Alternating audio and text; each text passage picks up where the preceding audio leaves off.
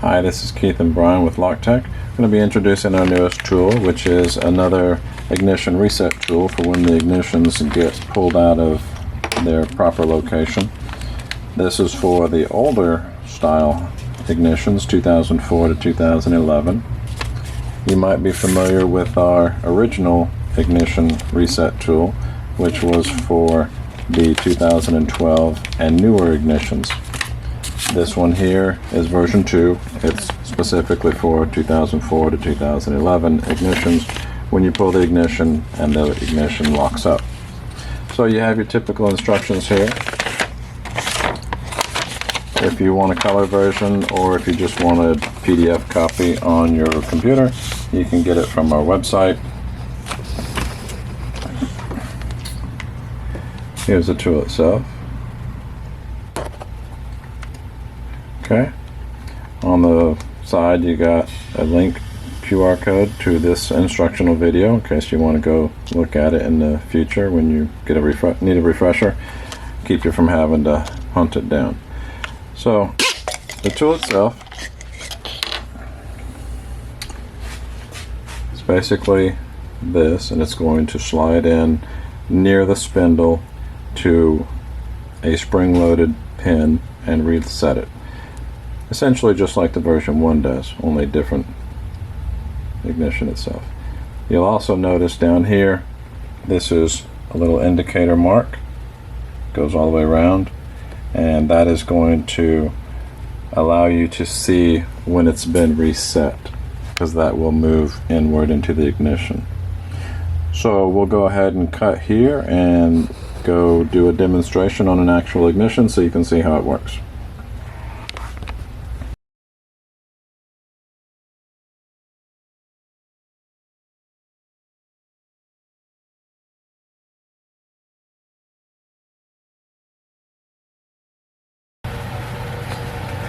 Okay, we're over here at our ignition now, and we've just rebuilt this guy so it's turning. It's got a new key, repaired ignition.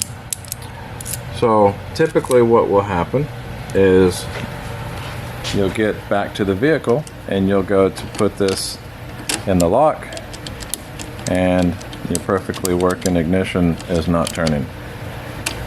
And that's from the spindle being pulled out of location that it's supposed to be in. Works perfectly fine outside the ignition, put it in the ignition, doesn't turn. So to reset the ignition spindle, that's where the tool comes in, and you'll want to make sure sometimes the spring comes off inside with the ignition, sometimes it's in the housing still. You want to get it out of the way if it's in the housing. If it stays in the ignition, just leave it there. So then we come back over here to our ignition to reset it. We're going to have two corners. Corner 1 is this corner over here with the flat. Corner 2 is this corner down here closest to the driver. Okay, so the tool itself is going to get inserted right along the side of the wall, basically in that flat of the corner of corner 1. So what we're going to do is insert that all the way down until this face of the tool is contacting the spindle face. And it's kind of hard to get light in there, so we're going to show you on the instructions what that's going to look like. Right here you can see this is the tool. It needs to be contacting this spindle face for it to be in the correct position and for it to reset it. So we'll come back over here.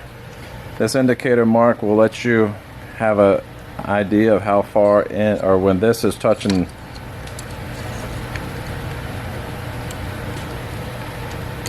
the face of the ignition like it's supposed to, or the spindle.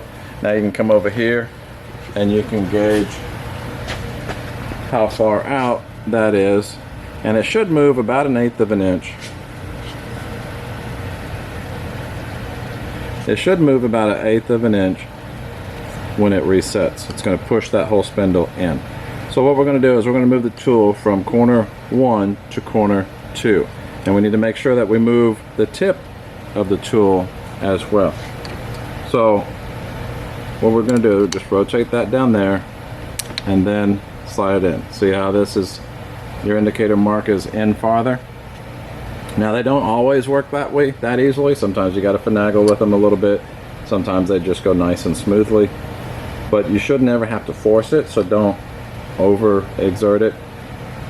Now sometimes you'll need to hold this spindle in while you remove the tool, or it'll pull it back out again. Okay, so it should be reset. Here's our ignition again, working ignition. It's got our spring in it. I'm going to go ahead and insert that back into the ignition. And we have a working ignition again.